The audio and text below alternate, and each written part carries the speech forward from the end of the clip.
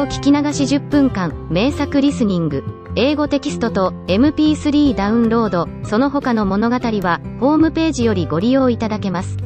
88thpp.com 88thpp.com Chapter 2. The Pool of Tears. Curiouser and curiouser, cried Alice. She was so much surprised, that for the moment she quite forgot how to speak good English. Now I'm opening out like the largest telescope that ever was. Goodbye, feet. For when she looked down at her feet, they seemed to be almost out of sight, they were getting so far off. Oh, my poor little feet, I wonder who will put on your shoes and stockings for you now, dears? I'm sure I shan't be able. I shall be a great deal too far off to trouble myself about you. You must manage the best way you can, but I must be kind to them, thought Alice, or perhaps they won't walk the way I want to go. Let me see, I'll give them a new pair of boots every Christmas. And she went on planning to herself how she would manage it. They must go by the carrier, she thought, and how funny it'll seem, sending presents to one's own feet. And how odd the directions will look. Alice's right foot, Esquire, hearthrug, near the fender, with Alice's love. Oh dear, what nonsense I'm talking. Just then her head struck against the roof of the hall. In fact, she was now more than 9 feet high, and she at once took up the little golden key and hurried off to the garden door. Poor Alice. It was as much as she could do, lying down on one side, to look through into the garden with one eye, but to get through was more hopeless than ever. She sat down and began to cry again.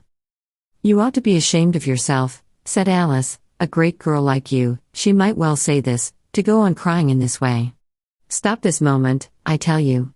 But she went on all the same, shedding gallons of tears, until there was a large pool all round her, about 4 inches deep and reaching half down the hall. After a time she heard a little pattering of feet in the distance, and she hastily dried her eyes to see what was coming. It was the White Rabbit returning, splendidly dressed, with a pair of white kid gloves in one hand and a large fan in the other. He came trotting along in a great hurry, muttering to himself as he came, "Oh, the Duchess, the Duchess. Oh, won't she be savage if I've kept her waiting?"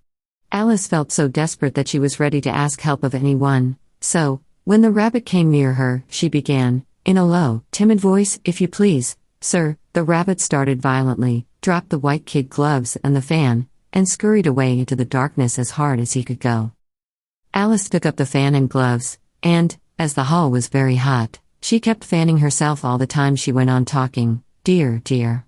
How queer everything is today. And yesterday things went on just as usual. I wonder if I've been changed in the night?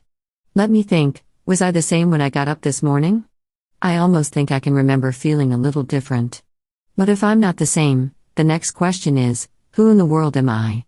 Ah, that's the great puzzle.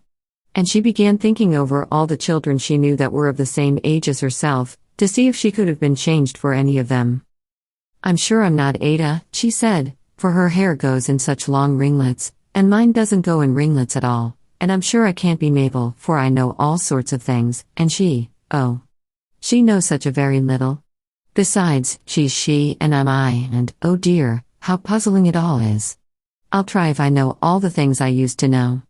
Let me see, 4 times 5 is 12, and 4 times 6 is 13, and 4 times 7 is, oh dear. I shall never get to 20 at that rate. However, the multiplication table doesn't signify. Let's try geography. London is the capital of Paris, and Paris is the capital of Rome, and Rome, no, that's all wrong, I'm certain. I must have been changed for Mabel. I'll try and say how doth the little, and she crossed her hands on her lap as if she were saying lessons, and began to repeat it, but her voice sounded hoarse and strange, and the words did not come the same as they used to do. How doth the little crocodile improve his shining tail, and pour the waters of the Nile on every golden scale? How cheerfully he seems to grin, how neatly spread his claws, and welcome little fishes in, with gently smiling jaws. I'm sure those are not the right words, said poor Alice, and her eyes filled with tears again as she went on. I must be Mabel after all, and I shall have to go and live in that poky little house, and have next to no toys to play with, and oh, ever so many lessons to learn. No, I've made up my mind about it. If I'm Mabel, I'll stay down here. It'll be no use their putting their heads down and saying come up again, dear. I shall only look up and say who am I then? Tell me that first, and then, if I like being that person, I'll come up, if not, I'll stay down here till I'm somebody else. But, oh dear, cried Alice, with a sudden burst of tears, I do wish they would put their heads down. I'm so very tired of being all alone here. As she said this she looked down at her hands, and was surprised to see that she had put on one of the rabbit's little white kid gloves while she was talking. How can I have done that? She thought. I must be growing small again.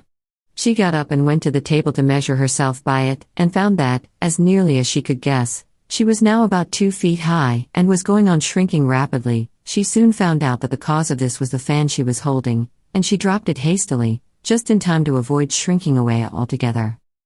That was a narrow escape, said Alice, a good deal frightened at the sudden change, but very glad to find herself still in existence, and now for the garden.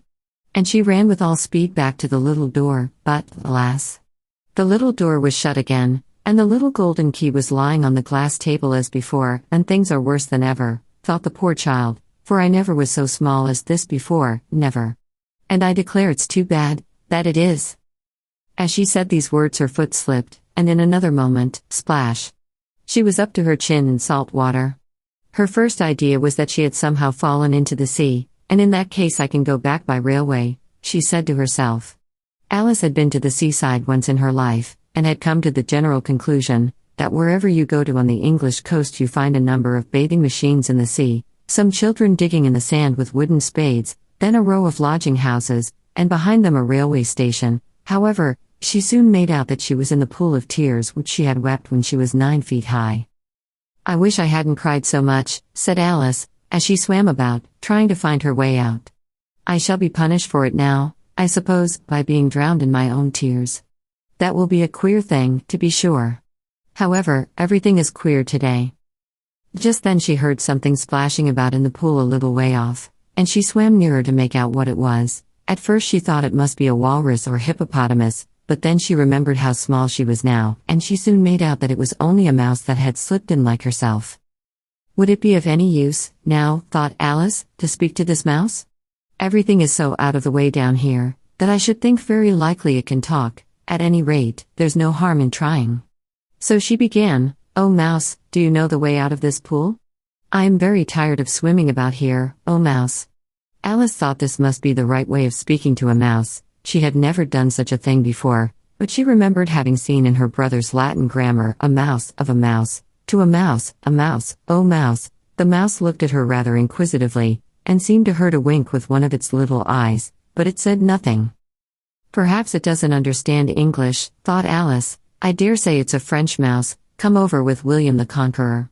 For, with all her knowledge of history, Alice had no very clear notion how long ago anything had happened, so she began again, Où est ma chat? Which was the first sentence in her French lesson book. The mouse gave a sudden leap out of the water, and seemed to quiver all over with fright. Oh, I beg your pardon, cried Alice hastily, afraid that she had hurt the poor animal's feelings. I quite forgot you didn't like cats. Not like cats, cried the mouse, in a shrill, passionate voice. Would you like cats if you were me? Well, perhaps not, said Alice in a soothing tone, don't be angry about it. And yet I wish I could show you our cat Dinah. I think you'd take a fancy to cats if you could only see her. She is such a dear quiet thing, Alice went on, half to herself, as she swam lazily about in the pool, and she sits purring so nicely by the fire, licking her paws and washing her face, and she is such a nice soft thing to nurse, and she's such a capital one for catching mice. Oh, I beg your pardon, cried Alice again, for this time the mouse was bristling all over, and she felt certain it must be really offended. We won't talk about her any more if you'd rather not. We indeed, cried the mouse, who was trembling down to the end of his tail. As if I would talk on such a subject. Our family always hated cats, nasty, low, vulgar things. Don't let me hear the name again. I won't indeed, said Alice, in a great hurry to change the subject of conversation. Are you fond of dogs? The mouse did not answer, so Alice went on eagerly, There is such a nice little dog near our house I should like to show you. A little bright-eyed terrier, you know, with such long curly brown hair. And it'll fetch things when you throw them, and it'll sit up and beg for its dinner, and all sorts of things, I can't remember half of them, and it belongs to a farmer, you know, and he says it's so useful, it's worth £100. He says it kills all the rats and, oh dear, cried Alice in a sorrowful tone, I'm afraid I've offended it again.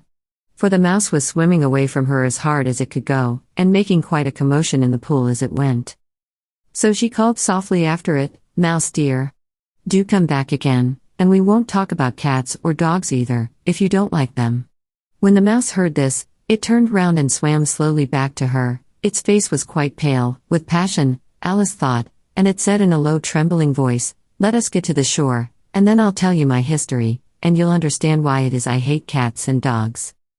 It was high time to go, for the pool was getting quite crowded with the birds and animals that had fallen into it. There were a duck and a dodo, a loriot and an eaglet, and several other curious creatures. Alice led the way, and the whole party swam to the shore. Chapter 3. A Caucus Race and a Long Tail.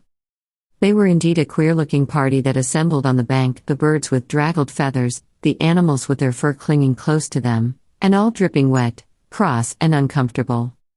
The first question, of course, was, how to get dry again. They had a consultation about this, and after a few minutes it seemed quite natural to Alice to find herself talking familiarly with them, as if she had known them all her life. Indeed, she had quite a long argument with the lorry, who at last turned sulky, and would only say, I am older than you, and must know better, and this Alice would not allow without knowing how old it was, and, as the lorry positively refused to tell its age, there was no more to be said. At last the mouse, who seemed to be a person of authority among them, called out, sit down, all of you, and listen to me. I'll soon make you dry enough. They all sat down at once, in a large ring, with the mouse in the middle. Alice kept her eyes anxiously fixed on it, for she felt sure she would catch a bad cold if she did not get dry very soon. Ahem, said the mouse with an important air, are you all ready? This is the driest thing I know. Silence all round, if you please. William the Conqueror, whose cause was favored by the Pope, was soon submitted to by the English, who wanted leaders, and had been of late much accustomed to usurpation and conquest. Edwin and Morcar, the Earls of Mercia and Northumbria. Ugh, said the lorry, with a shiver. I beg your pardon, said the mouse, frowning, but very politely, did you speak? Not I, said the lorry hastily. I thought you did, said the mouse. I proceed. Edwin and Morcar, the Earls of Mercia and Northumbria, declared for him, and even Stigand, the patriotic Archbishop of Canterbury, found it advisable. Found what? Said the duck. Found it, the mouse replied rather crossly, of course you know what it means. I know what it means well enough. When I find a thing, said the duck, it's generally a frog or a worm. The question is, what did the Archbishop find? 英語聞き流し10分間、名作リスニング。英語テキストと MP3 ダウンロード、その他の物語は、ホームページよりご利用いただけます。88thpp.com 88thpp.com